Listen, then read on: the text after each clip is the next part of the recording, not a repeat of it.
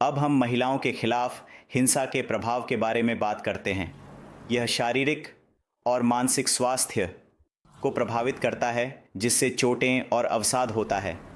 यह सामाजिक अलगाव और आर्थिक अस्थिरता का कारण बन सकता है। इसका प्रभाव परिवारों और समुदायों में फैलता है, लेकिन एक उम्मीद है कि हम सभी इस संस्कृति को बदलने में एक भूमिका निभा सकते हैं।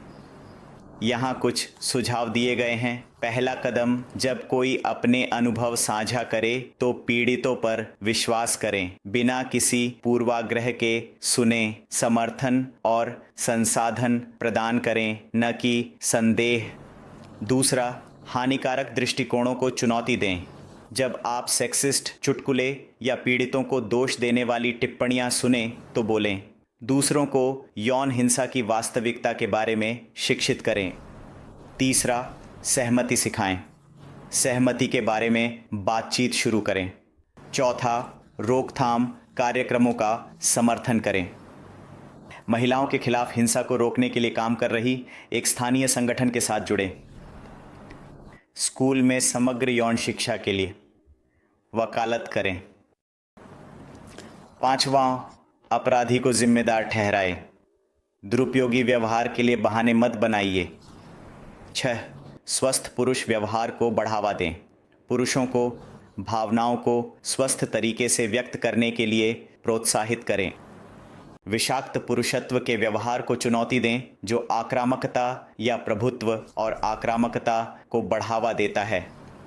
7, सुरक्षित स्थान बनाएं। उन पहलों का समर्थन करें जो सार्वजनिक स्थानों को महिलाओं के लिए सुरक्षित बनाती हैं। अपने समुदाय में बेहतर रोशनी, सुरक्षा और रिपोर्टिंग प्रणाली के लिए वकालत करें। 8, मीडिया का जिम्मेदारी से उपयोग करें। यह महत्वपूर्ण है कि हम यह समझें कि महिलाओं के खिलाफ हिंसा को मीडिया में कैसे चित्रित किया जाता है और ऐसे सामग्री का समर्थन करें जो यौन हिंसा को ग्लैमराइज या तुच्छ नहीं बनाती। परिवर्तन को याद रखें, यह हम सभी से शुरू होता है। छोटे कार्यों का सांस्कृतिक दृष्टिकोणों को बदलने पर बड़ा प्रभाव हो सकता है। अब चलिए बाल विवाह के जटिल और दिल को तोड़ने वाले विषय पर चर्चा करते हैं। यह एक ऐसा मुद्दा है जो दुनिया भर के समुदायों को प्रभावित करता है और हमें इसे समझना चाहिए। बाल विवाह को एक औपचारिक या अनौपचारिक संघ के रूप में परिभाषित किया जाता है, जहां एक या दोनों पक्ष 18 वर्ष से कम उम्र के होते हैं। ये एक प्रथा है जो विशेष रूप से लड़कियों को प्रभावित करती है, हालांकि लड़के भी इसका शिकार हो सकते हैं। खैर, यूनिसेफ के अनुसार हर साल लगभग 12 मिलियन लड़कियां 18 वर्ष से कम उम्र में शादी कर ली जाती हैं। यह लगभग हर 3 सेकंड में एक लड़की है। चलिए बाल विवाह के कुछ मुख्य कारणों पर नज़र डालते हैं। खैर, गरीबी अक्सर एक प्रेरक कारक होती है। कई मामलों में परिवार अपनी बेटियों की शादी को वित्तीय बोझ को कम करने के एक तरीके के रूप में देखते हैं। कुछ लोग इसे दहेज प्रथाओं के माध्यम से आय के स्रोत के रूप में भी देखते हैं। संस्कृति और धार्मिक परंपरा भी एक महत्वपूर्ण भूमिका निभाते हैं। कुछ समाजों में जल्दी विवाह को परिवार की इज्जत को बनाए रखने के एक तरीके के रूप में देखा जाता है। यह माना जाता है कि यह लड़कियों को विवाह पूर्व सेक्स या गर्भावस्था से बचाता है। शादी के बाहर लिंग असमानता एक और प्रमुख योगदान करता है। कई संस्कृतियों में लड़कियों को लड़कों की तुलना में कम मूल्य दिया जाता है। अब चलिए बाल विवाह के परिणामों पर विचार करते हैं। सबसे पहले और सबसे महत्वपूर्ण, यह बच्चों को उनके बचपन और शिक्षा से वंचित करता है। कई लड़कियों को शादी करने पर अपने स्कूल से बाहर निकलने के लिए मजबूर किया जाता है। बाल विवाह की शिकार लड़कियां अक्सर गंभीर स्वास्थ्य जोखिम का सामना करती हैं। वे गर्भावस्था और प्रसव के दौरान जटिलताओं का सामना करने की अधिक संभावना रखती हैं। गर्भावस्था से संबंधित मौतें 15 से 19 वर्ष की लड़कियों के लिए मृत्यु का प्रमुख कारण हैं। वैश्विक स्तर पर मानसिक स्वास्थ्य समस्याएं बाल विवाह की शिकार लड़कियों में भी सामान्य हैं। कई लोग अवसाद, चिंता और पोस्ट ट्रॉमेटिक स्ट्रेस डिसऑर्डर से पीड़ित हैं। बच्चियों के मन के लिए वयस्क जिम्मेदारियों में अचानक बदलाव होना बहुत भारी हो सकता है। बाल विवाह घरेलू हिंसा को भी बढ़ावा देता है। युवा दुल्हनों को अपने पति और ससुराल वालों से हिंसा का सामना करने की अधिक संभावना होती है। वे अक्सर अपने लिए खड़े होने, मदद मांगने की शक्ति की कमी महसूस करते हैं। तो इस समस्या का समाधान करने के लिए क्या किया जा सकता है? शिक्षा महत्वपूर्ण है।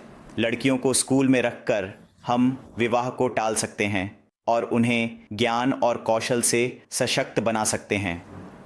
यूएच द्वारा प्रदान किए गए कार्यक्रम जो परिवारों को अपनी बेटियों को स्कूल में रखने के लिए वित्तीय प्रोत्साहन देते हैं ने सकारात्मक परिणाम दिखाए हैं। कानून में बदलाव एक और महत्वपूर्ण कदम है। जबकि कई देशों ने विवाह की कानूनी आयु 18 वर्ष कर दी है, लेकिन इसे लागू करना एक चुनौती बना हुआ है। समुदाय की भागीदारी यह सुनिश्चित करने के लिए महत्वपूर्ण है कि इन कानूनों का सम्मान किया जाए और उनका पालन किया जाए। लड़कियों और महिलाओं को सशक्त बनाना भी आवश्यक है। इसमें उन्हें अधिकारों के बारे में सिखाना और आर्थिक स्वतंत्रता के लिए अवसर प्रदान करना शामिल है।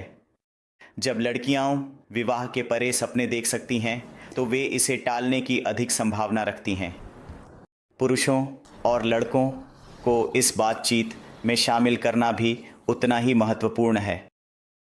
बाल विवाह पर काम करने वाले संगठनों का समर्थन करना बड़ा बदलाव ला सकता है। कई एनजीओ जोखिम में पड़ी लड़कियों को समर्थन प्रदान करते हुए ज़मीनी स्तर पर उत्कृष्ट कार्य कर रहे हैं और बाल विवाह के मूल कारणों को संबोधित करने के लिए परिवर्तन के लिए वकालत करना भी महत्वपूर्ण है। इसका मतलब है कि गरीबी से निपटना, लिंग समानता को बढ़ावा देना और हानिकारक सांस्कृतिक मानदंडों को चुनौती देना एक जटिल मुद्दा है जिसे बहुआयामी दृष्टिकोण की आवश्यकता है। आइए एक वास्तविक जीवन के उदाहरण पर नज़र डालते हैं। बांग्लादेश में किशोर अभियान नामक एक कार्यक्रम ने बाल विवाह की दरों को सफलतापूर्वक कम किया है। यह शिक्षा, जीवन कौशल प्रशिक्षण और सामुदायिक भागीदारी को मिलाता है। इस कार्यक्रम ने हज़ारों लड़कियों के विवाह को टालने और उनके जीवन की संभावनाओं में सुधार करने में मदद की है। याद रखें, बाल विवाह समाप्त करना केवल कानून या परंपराओं को बदलने के बारे में नहीं है, बल्कि मानसिकता को बदलने और हर बच्चे या हर बच्चे के पूर्ण बचपन के अधिकार को महत्व देने के बारे में है। यह इस बात को पहचानने के बारे में है कि हर लड़की को अपनी पूरी क्षमता तक पहुंचने का परिवर्तन या अवसर मिलना चाहिए।